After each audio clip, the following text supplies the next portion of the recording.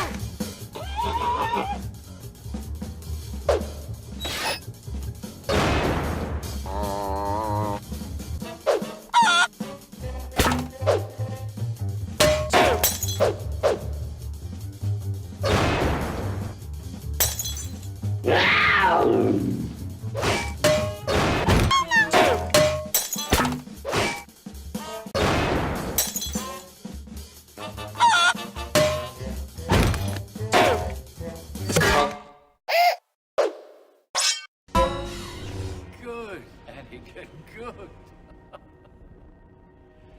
Kill him. Kill him now.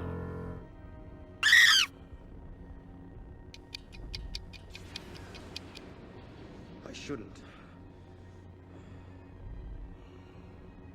Do it.